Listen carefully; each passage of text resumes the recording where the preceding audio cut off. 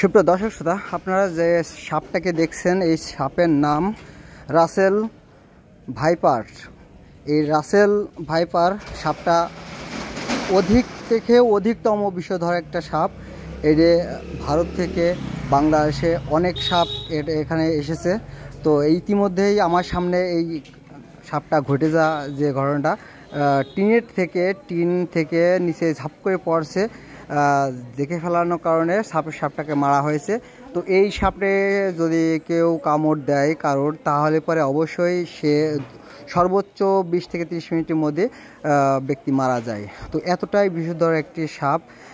এই সাপটার নামকরণ অবশ্যই নাম দেওয়া হয়েছে, আমরা দেখছি যে নামটা হলো রাসেল ভাইপার। সাপটা অনেক বিষধর সাপ। এই সাপটা কখনোই ডিম পারে না। এই সাপটা একদম সাপ হিসেবেই আপনার সাপ। এই সাপটা প্রজনন হয় কোনো ডিমের মাধ্যমে না, পুরোপুরি সাপ বেরোয়। একসাথে 40টে তারা বাচ্চা হয় এই সাপটা।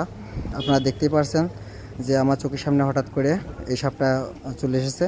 তো আপনাদেরকে অবশ্যই জানাবো যে অবশ্যই এই সাপ থেকে সবাই সতর্ক থাকবেন, যেহেতু এই সাপ ভারতীয় একটা সাপ। বাংলাদেশে প্রচুর পরিমাণে এই সাপটা ভারত থেকে প্রচুর পরিমাণে সাপটা বাংলাদেশে এসেছে।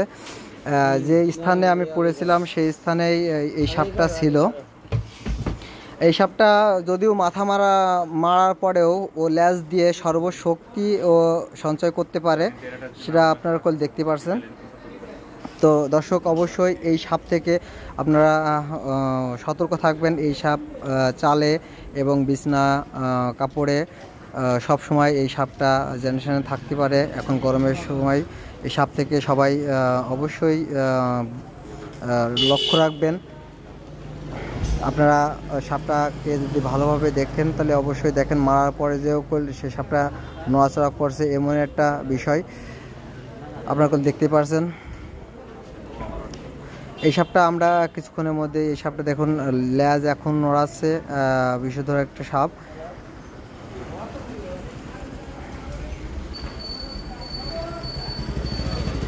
রাসেল ভাইপার এই সাপটা বাংলাদেশে প্রচুর পরিমাণে এসেছে ভারত থেকে। আপনারা এই দেখুন যদি এটা উঁচু করে ধরা হয় তাহলে দেখুন যে একটু মাথা শেষে গেছে, মানে মারা হয়েছে, তারপরেও এর অঙ্গ দিয়ে কিভাবে আটকে ধরে আছে লাঠিটাকে, সেটাকে আপনারা দেখতে পারছেন। তো দর্শক, আপনাকে সবাইকে জানাই ধন্যবাদ ভিডিওটা দেখার জন্য। অবশ্যই ভিডিওটাকে স্কিপ করবেন না করে সবাই সম্পূর্ণটুকু দেখবেন এবং বেশি বেশি শেয়ার করে দিয়েন এবং সবাইকে সতর্ক রাখার জন্য আমি অনুরোধ করছি। আপনারা অবশ্যই সবাই সতর্ক থাকবেন এই সাপ থেকে। ধন্যবাদ জানাই সব বন্ধুদেরকে।